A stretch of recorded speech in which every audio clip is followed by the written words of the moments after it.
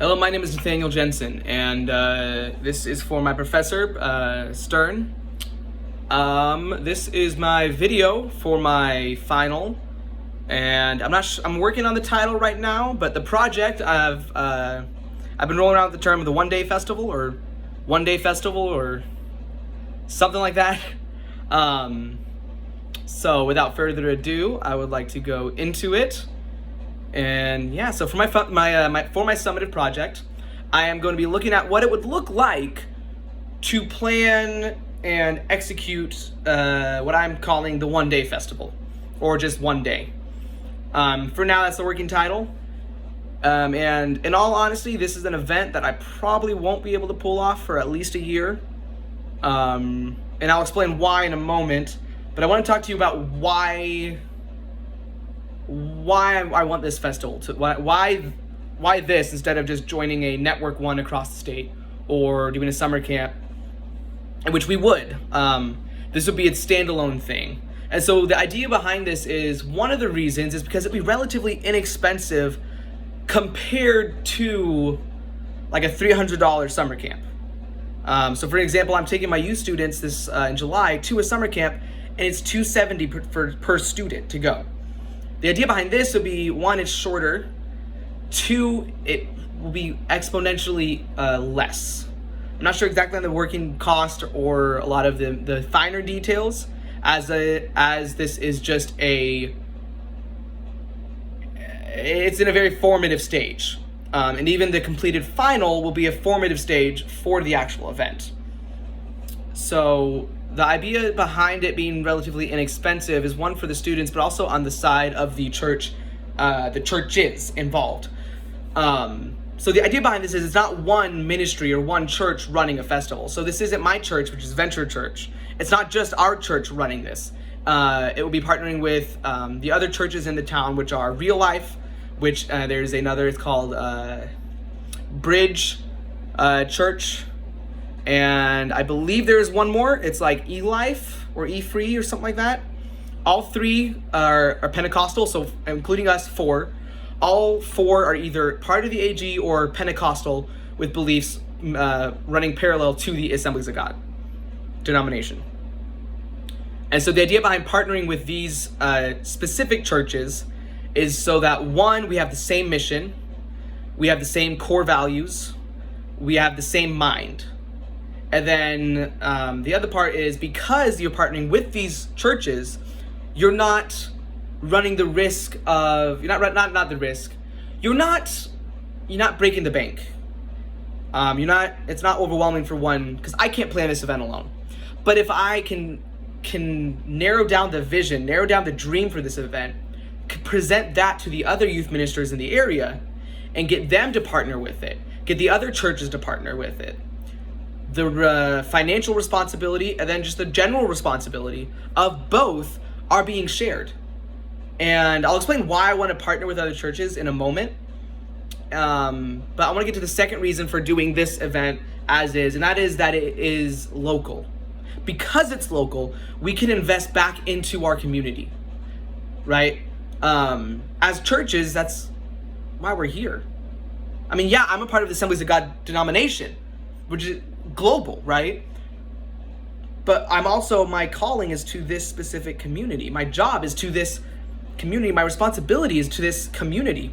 And so the idea is, what can I do to focus on not just my students, not just the other youth ministry students, but the students who are not part of neither.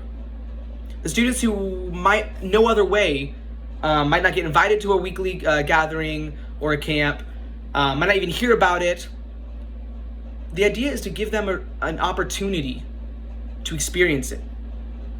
And so because it's local, we can pour back into the community financially by renting equipment in town, by hiring people in town if we need to. And then spiritually, we're investing all of it into our students, into the next generation of this community. And I'm looking at my notes here, making sure I stay as much on track as possible. So that is why I want to do this. And I would like to then go, what would it look like? What's the practical? So I mentioned a festival, a street fair, and so some basic model ideas I'm toying with right now are we take from the street fair perspective the booths, right?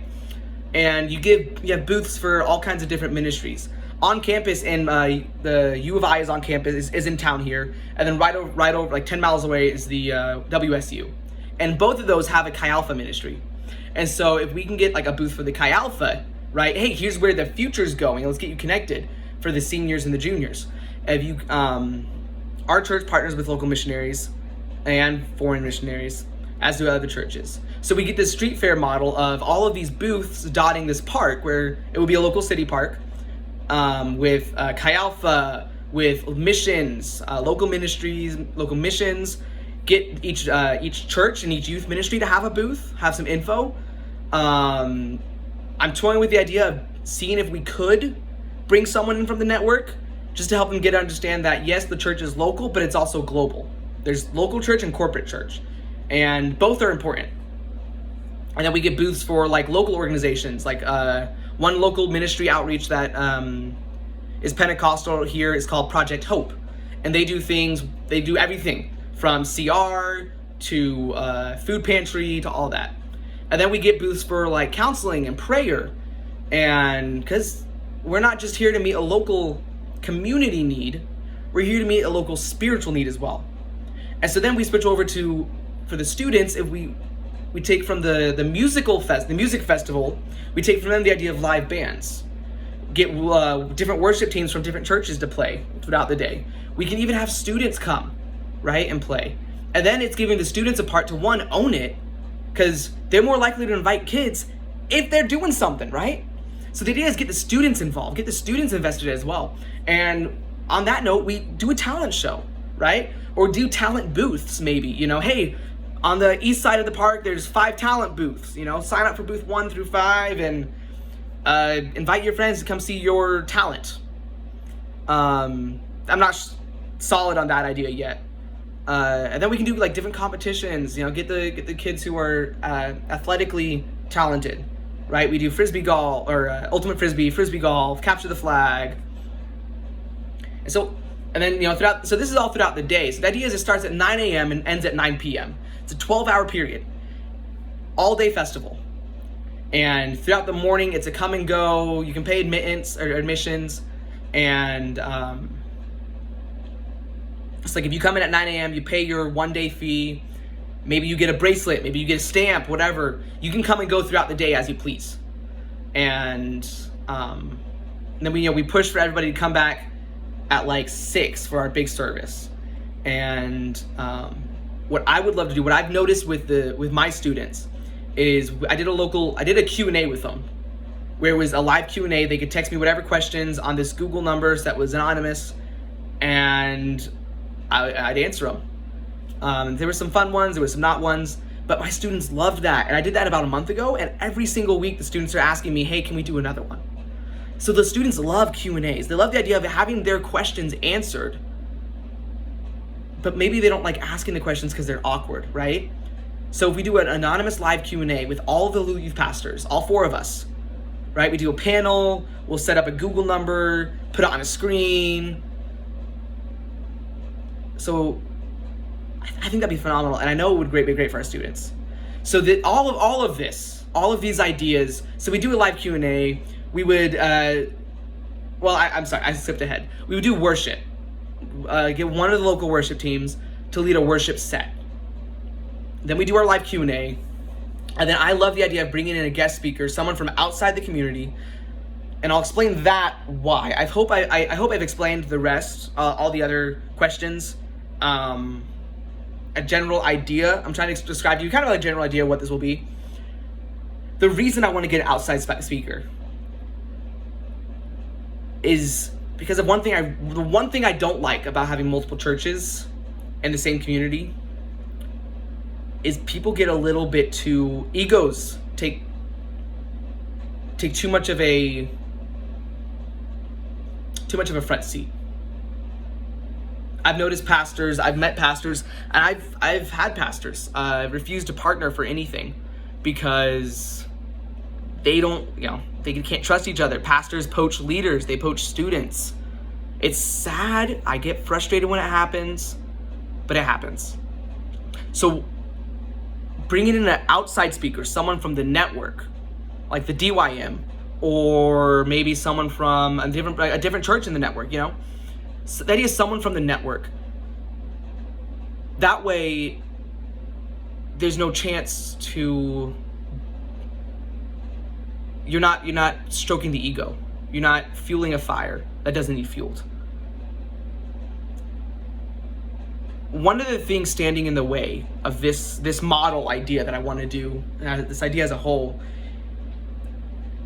is pastors are a little skeptical of each other. Sorry, I bumped the table. Pastors are a little skeptical of each other. They don't trust each other. There's a little bit of there's some blood under the bridge, or whatever, water under the bridge, or whatever that analogy is. There's some bad blood.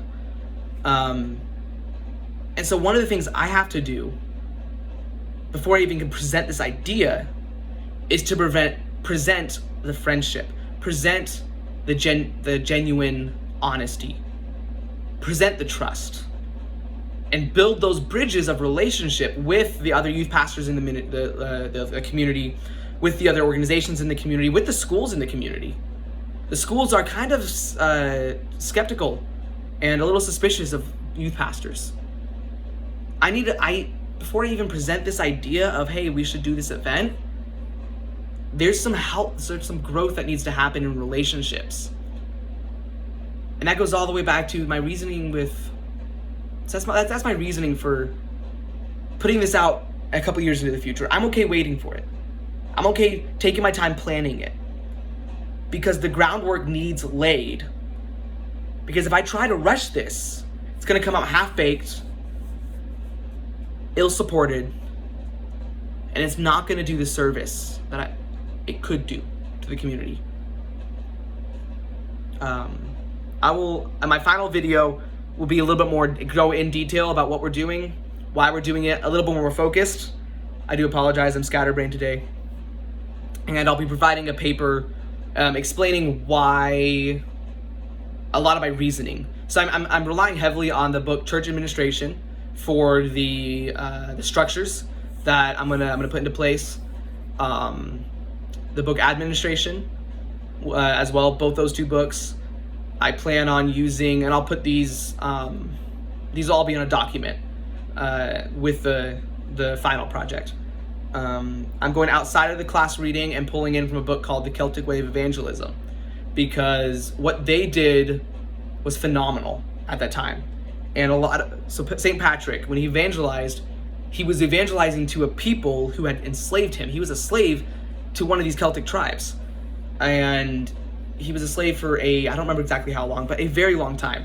Long enough to understand their languages, their cultures, their principles, their values, their community needs. And then when he went to evangelize, he met those community needs. He addressed their principles and their values. And he structured church in such a way that it changed the communities. He went to where they were and said, hey, you care about your daily lives. Here's what Jesus cares about your daily lives. Here's why and how. He met a local spiritual need that was needed in a day in and day out. And a lot of times as pastors, we focus on either the end time when you die, the end of times when Jesus comes back, or the very beginning where you become a Christian. We talk about why Jesus came and that he's coming back. But what about now? How does Jesus care about, how does the Bible translate to a math test, right? Or a middle school recital, or a soccer game? Does Jesus care about these things? Does he care about whether I brush my teeth? How do I live in community with Jesus with brushing my teeth? These are the questions students have that I've noticed with this community. These are the questions that the Celtic tribes had. And there's a lot of things we can learn about from St. Patrick and how he did his community. I know this video is a little longer. I didn't mean to make it this long. But I hope I've explained my heart behind this project. I'm not used to doing video projects, so this is new for me. And I appreciate any feedback or critique you may have. I mentioned in a message to you earlier, my computer has a hard drive problem or hardware problem. There's a driver that doesn't, the network driver, I don't understand it a lot. I'm just reading the troubleshooting on my computer. My computer doesn't want to connect to the internet. So I am going to try to download this from my phone to an email, to another laptop, to YouTube. But I can't, I'm not sure, I haven't tried it yet. And I may be just trying to get this video into you and the paper, the week 6 ALA. I might have to submit it tomorrow, depending on how it goes. So I appreciate your patience, your guidance, and I thank you. And I'm looking forward to this project. And I don't know how else to end it, so thank you. That's it.